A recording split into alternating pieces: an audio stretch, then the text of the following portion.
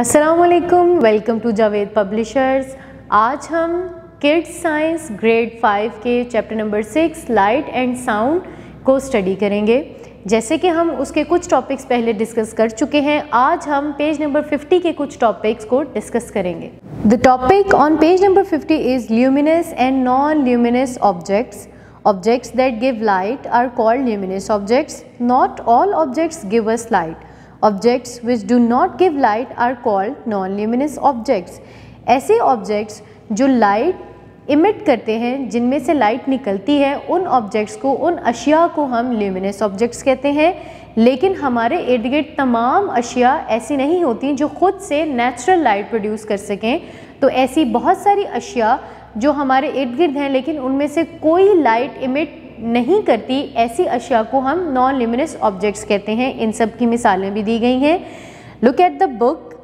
Luminous objects are sun, candle, bulb and firefly. सूरज, मोमबत्ती, bulb और जुगनू, ये सब ल्यूमिनस ऑब्जेक्ट्स की मिसालें हैं। जबकि नॉन ल्यूमिनस ऑब्जेक्ट्स हैं बैग, बुक, चेयर। ये ऐसी चीज़ें हैं जिनमें से कोई लाइट इमिट नहीं करती। जैसे कि आप सब ने देखा है, कभी भी हमारी बुक से, हमारे बैग से, चेयर से, टेबल से या हमारे इर्द गिर्द ऐसी कोई भी नॉन ल्यूमिनस ऑब्जेक्ट्स, उनमें से कोई भी लाइट नहीं निकलती। Now they have given you an activity number 6.3। See and answer. Look at the picture carefully and list luminous objects and non-luminous objects. So kids, they have given you a picture. उन्होंने आपको एक तस्वीर दी है और उस तस्वीर में कुछ अशिया है। ये बेसिकली उन्होंने एक रूम, एक कमरे की हमें तस्वीर दी है जिसमें कुछ अशिया हैं, जैसे कि table, chair, lamp, torch, books, candle, stand, sun, sofa या आप काउच भी कह सकते हैं, और एक बल्ब। इन अशिया में से, इन ऑब्जेक्ट्स में से आपने ल्यूमिनस ऑब्जेक्ट्स और नॉन ल्यूमिनस ऑब्जेक्ट्स को फाइंड करना है। हम फिर से रिवाइज कर लेते हैं। ल्यूमिनस ऑब्जेक्ट्स वो है जो लाइट इमिट करते हैं, नॉन ल्यूमिनस ऑब्जेक्ट्स जिनमें से कोई लाइट इमिट नहीं होती। Now categorize them. The luminous objects are bulb, sun, lamp and candle. In this picture, these objects are luminous objects and the rest of the things are non-luminous objects, which are couch, इसको आप sofa भी कह सकते हैं, table, chair and books. I hope you understand this activity of luminous and non-luminous objects. Now move on to the next topic, which is on the same page, page number 50. The name of the topic is transparent, translucent and opaque objects. When light falls on an object, three possibilities may rise. अब आपको वो ये कहना चाह रहे हैं कि जब लाइट एक सोर्स से निकलती है, whether it is artificial source और नेचुरल सोर्स, लाइट जब किसी चीज़ पर फॉल करेगी तो वो तीन तरह की कैटेगरीज में फॉल करती है। तीन तरह की खसूसियात उसकी हो सकती हैं, तीनों एक साथ नहीं, इन तीनों में से कोई एक खसूसियत उसमें हो सकती है। इट में pass through the object completely, या तो वो लाइट पूरी की पूरी जिस ऑब्जेक्ट पे स्ट्राइक कर रही है उसमें से ऐसे की ऐसे पूरी की पूरी गुजर जाए। Some of it bounced back and the rest of it absorbed or spread out by an object. कुछ लाइट जो है एक ऑब्जेक्ट में से पास कर जाए, लेकिन कुछ जो है वो दोबारा बाउंस बैक पीछे की तरफ चली जाए। The third one, it may not pass through it at all. और थर्ड पॉइंट ये है कि कुछ भी लाइट किसी भी ऑब्जेक्ट में से पास ना कर सके। ये तीन तरह के ऑब्जेक्ट हैं। The first one is transparent object, जो कि सारी की सारी लाइट को अपने अंदर से पास होने की इजाज़त देता है।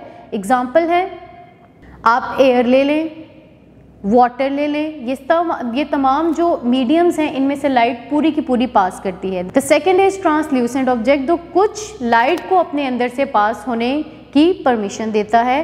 The example is butter paper.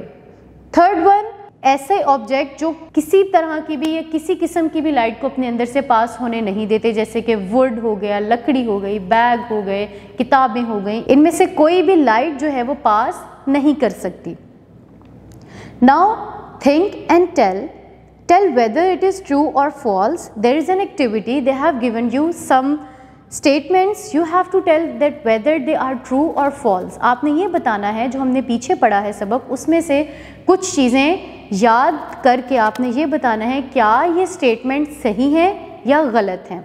The number one is Firefly is not a natural source of light. जुगनू, वो कह रहे हैं जुगनू एक कुदरती सोर्स नहीं है लाइट का। Is that true? No, it's false. It is a source of natural light, वो कह रहे हैं कि वो नहीं है, तो ये क्या होगा, फॉल्स होगा। Second number, light is a form of energy, as we have studied, light is a form of energy, light एक एनर्जी की फॉर्म है, so this statement is true. Third one is moon reflect the sunlight falling on it, moon जो है वो reflect करता है उस light को जो उसके ऊपर गिरती है, दिस इज फॉल्स, वो सनलाइट को रिफ्लेक्ट करता है। Fourth one, candle is the luminous object, मोमबत्ती एक ल्यूमिनस ऑब्जेक्ट है जो कि खुद से कोई लाइट प्रोड्यूस करती है, लाइट इमिट करती है, जी ये स्टेटमेंट बिल्कुल सही है। And the fifth one is bulb is an artificial source of light, जो बल्ब है जो हमारे घरों में, अक्सर लोगों के घरों में होते हैं, कि वो एक मसनूई जरिया है लाइट का, जी ये स्टेटमेंट भी बिल्कुल सही है। Now move on to the next activity which is activity number 6.4 on the same page of course. Observe your surrounding and make a list of at least 5 luminous objects and 5 non-luminous objects। अब बच्चों वो आपसे कह रहे हैं कि आप जिस कमरे में, जिस जगह पे बैठे हुए हैं, अपने इर्द गिर्द के माहौल का जायज़ा लें और उस माहौल में से 5 ऐसी अशिया के नाम लिखें जो ल्यूमिनस ऑब्जेक्ट्स हैं, मतलब ऐसी अशिया जो खुद से लाइट प्रोड्यूस कर रही हैं, वेदर इट इज़ नेचुरल और आर्टिफिशियल। मे बी आप किसी ऐसे कमरे में बैठे हो जहाँ पे सनलाइट आ रही हो, विंडो ओपन हो, आप उस सोर्स को भी बता सकते हैं। आप किसी भी आर्टिफिशियल सोर्स की भी बात कर सकते हैं, जैसे आप जिस कमरे में बैठे हैं वहाँ ट्यूबलाइट जल रही है, वहाँ पे बल्ब रोशन है, वहाँ पे मोमबत्ती जल रही है, ये तमाम अशिया जो हैं ये ल्यूमिनस ऑब्जेक्ट्स की कैटेगरी में फॉल करेंगी। And the next, you have to observe 5 non luminous objects, अपने इर्द गिर्द का जायजा लें और देखें कोई 5 ऐसी अशिया जिसमें से कोई लाइट नहीं निकल रही। आप उसमें कुछ भी लिख सकते हैं, आपके इर्द गिर्द कोई चेयर हो, कोई टेबल हो, कोई बेड हो, एनी काइंड ऑफ फर्नीचर, आप उसको यहाँ पे लिख सकते हैं। Now move on to activity 6.5। Take a big cardboard, a cellophane sheet और a plain eye glass, a table lamp and a sheet of tracing paper. इस एक्टिविटी को परफॉर्म करने के लिए आपको जिन चीज़ों की ज़रूरत है, एक बड़ा कार्डबोर्ड का पीस, अ सेलोफेन शीट जो कि आसानी से आपको किसी भी करीबी बुक स्टोर से दस्तयाब हो सकती है, और अ प्लेन आई ग्लास एक सादा चश्मा, अ टेबल लैम्प एक टेबल पे रखने वाला lamp and a sheet of tracing paper और एक ट्रेसिंग पेपर का टुकड़ा। Follow the steps. Step 1, sit in front of a table lamp and hold the eyeglass or a cellophane sheet in between the lamp and your eyes. You will observe that you see the lamp very clearly through the cellophane sheet. First step में वो आपको कह रहे हैं कि आप table lamp को table पर रखें, उसके बिल्कुल सामने बैठ जाएं और अपनी आंखों और लैम्प के दरमियान सेलोफेन शीट रखें। तो क्या आप सेलोफेन शीट में से उस लैम्प को क्लियरली देख सकते हैं? ये आपने मुशाहिदा करना है। इसके आंसर जो हैं वो हम आगे स्टडी करेंगे। Now step number 2, take tracing paper and try to see the lamp through it. अब आप क्या करें, उस सेलोफेन शीट को साइड पर रख दें, एक ट्रेसिंग पेपर लें और उसको अपनी आंखों और लैम्प के दरमियान में रखकर लैम्प को देखने की कोशिश करें। Can you see it clearly? क्या आप उसे देख सकते हैं clearly?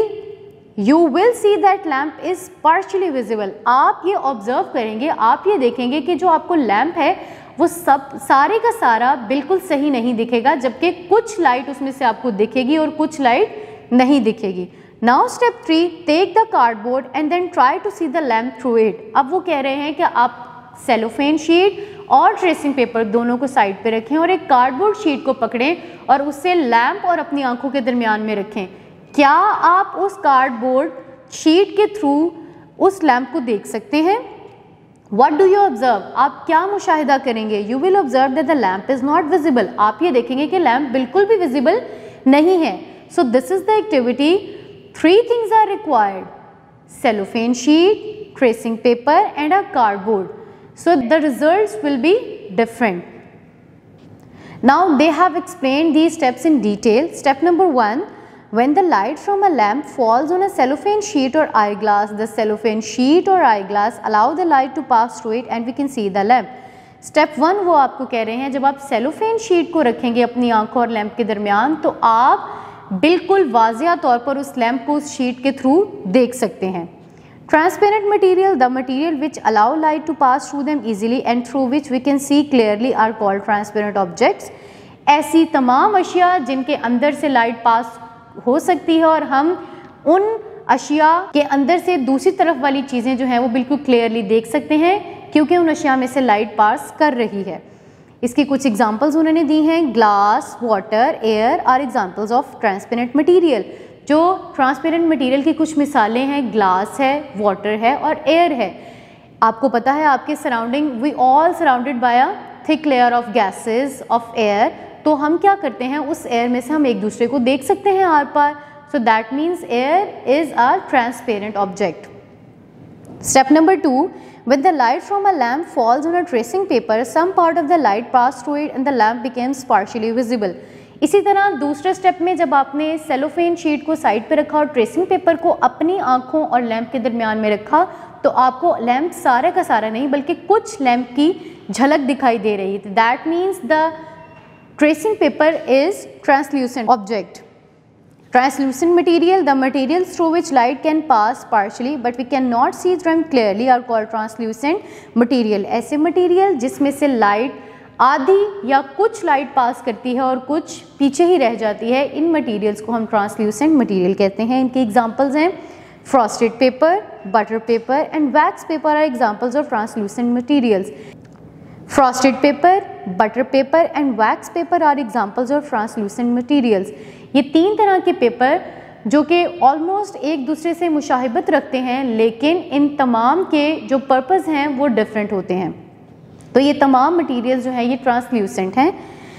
The third step, when the light from a lamp falls on a cardboard, it does not allow it pass through and we cannot see the lamp. तीसरे step में हमने light और अपनी आंखों के दरमियान में कार्डबोर्ड को रखा, जबकि कार्डबोर्ड में से हमें कोई भी लाइट पास होते हुए दिखाई नहीं दे रही थी और हम लैंप को नहीं देख सकते थे। तो ऐसे ऑब्जेक्ट्स को हम ओपेक ऑब्जेक्ट्स कहते हैं। Now they have given you the definition of opaque object. Opaque materials, the materials which do not allow light to pass through them at all are called opaque materials.